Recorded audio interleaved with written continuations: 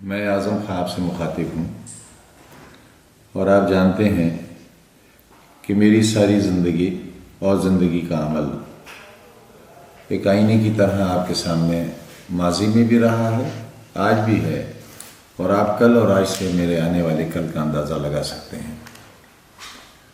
مجھ پر، میرے اپنوں پر، میرے پیاروں پر گزرے ہوئے 4-5 سال میں جو کچھ ہوا ہے وہ کسی سے پوشیدہ نہیں ہے، اور غالباً یہ ایک ایسی افسوسناک تاریخ ہے جس پر آنے والا کل ہندوستان کے اس نظام جمہوری پر ضرور تنقید کرے گا اور کچھ نہ کچھ اپنی رائے پیش کرے گا۔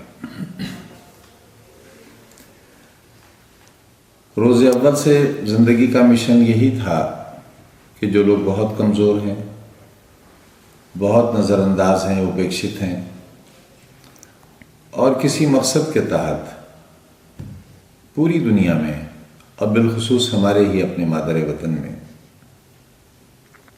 ایک خاص طبقے کو پیچھے رکھنے کے لیے جو منصوبہ بند تحریک ہے، اس کا مقابلہ بھی کسی غیر منصوبہ بند تحریک سے نہیں کیا جا سکتا۔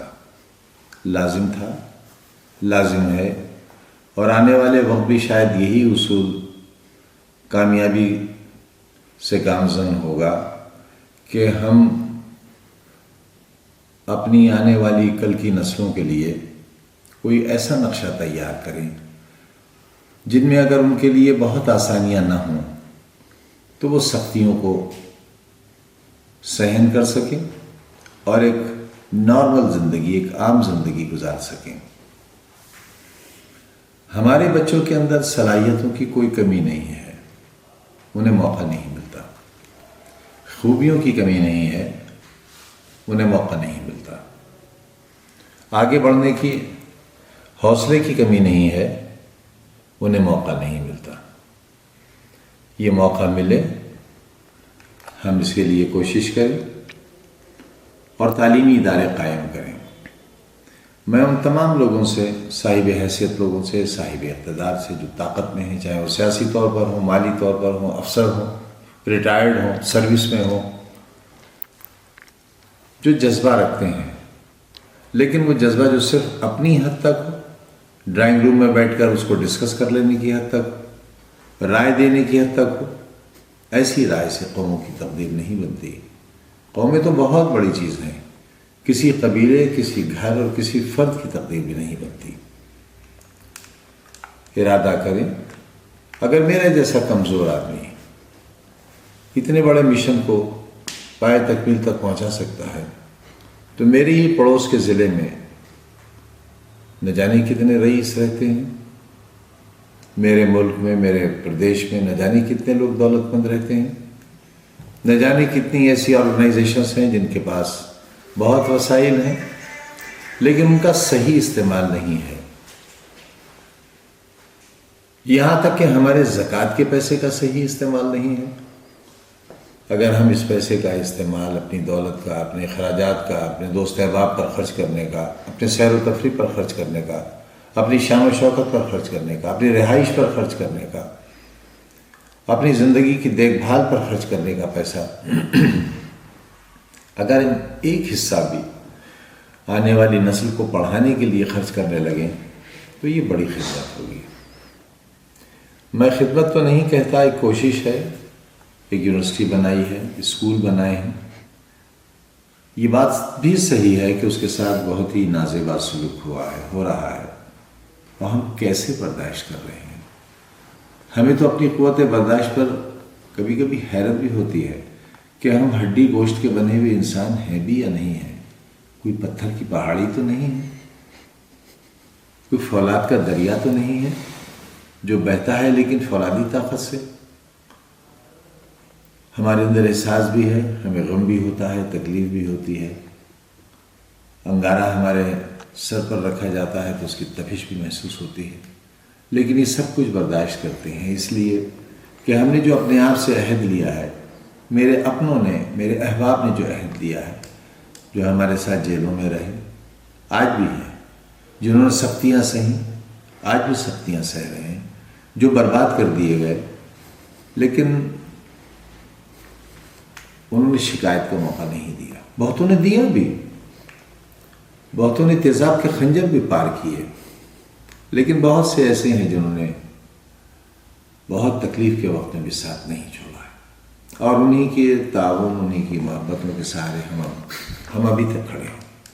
آپ سے صرف ایک اپیل کرنا چاہتے ہیں. یہ تعلیم گاہ میری تربیت گاہ بھی ہے، اور یہ آپ کے آنے والی نسلوں کا سنہرا خواب ہے. اسے ٹوٹنے مت دیجیے. کوئی دولت، کوئی طاقت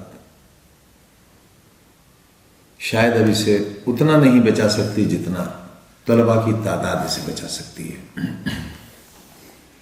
آپ کے بچے، آپ کی بچیاں پڑوس کے اضلاع میں جاتی ہیں، اور بڑی تعداد میں یہاں سے طالب علموں کا منتقل ہونا میرے خیال سے ہمارے لیے ایک فکری موضوع بھی ہے. بچے ہمیشہ یہی چاہتے ہیں کہ ان کو باہر جانے کا موقع ملے، گھر سے نکلنے کا موقع ملے، لیکن وہ یہ نہیں جانتے کہ چند سالہ زندگی جو ان کی تعلیمی زندگی ہے، وہ ان کی قبر تک بچنے والی زندگی پر بہت بھاری گزر سکتی ہے.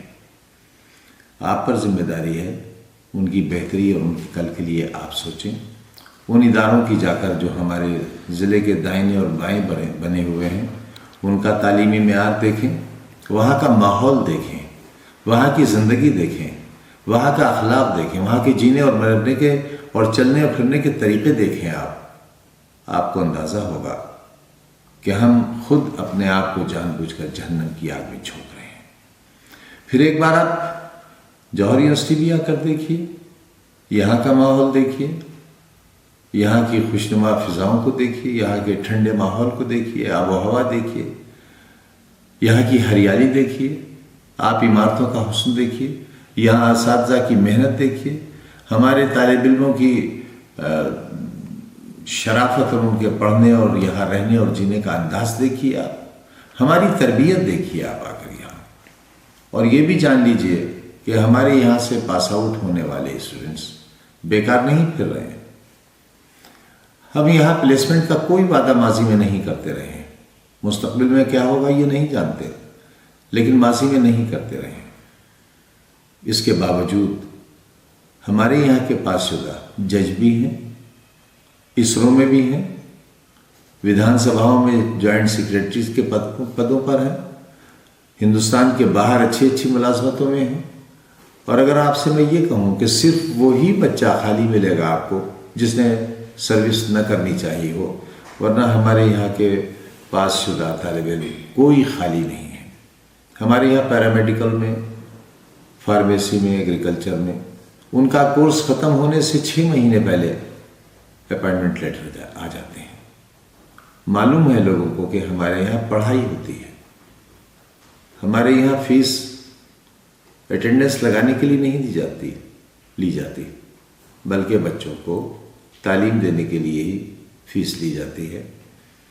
آپ ایک بہتر ماحول اور بہتر مستقبل کے لیے، ایک بہتر کل کے لیے اپنے آنے والی نسلوں کا خیال رکھیے، ان کے لیے بہتر فیصلہ کیجیے، اور کم سے کم ایک بار آپ خود یا ان بچوں کو اپنے ساتھ لا کر اس یونیورسٹی کا دورہ کیجیے. ہو سکے تو مجھ سے بھی ملاقات کیجیے. میں یہاں آپ سے ملوں گا، آپ کے سوالات کا جواب دوں گا. آپ ہمارا انجینئرنگ کالج تو دیکھیے، IIT کی ٹکر کے ہمارے انجینئرنگ کالج ہیں. ہماری لیبس دیکھیے آپ، کتنی ماڈرن لیبس ہیں ہماری. شاید ہی قریب کی یونیورسٹیز میں ایسی لیبس ہوں. جو سہولتیں ہمارے یہاں ہیں، ہمارے ہاسٹل کی سہولت، وہاں کے کھانے پینے کی سہولت، وہاں کے کھانے کا اسٹینڈرڈ، آپ آ کر دیکھیے، ایک بار کھا کر دیکھیے، فیصلہ کیجیے کیا بہتر ہے. اسی درخواست کے ساتھ یہ ادارہ آپ کا ہے. اگر آپ ہی اس کو نہیں سنبھالیں گے تو شاید اس کی اینٹ اور تارے کی بنیادیں اس کو سنبھالنے میں ناکام رہیں گی. بہت بہت شکریہ.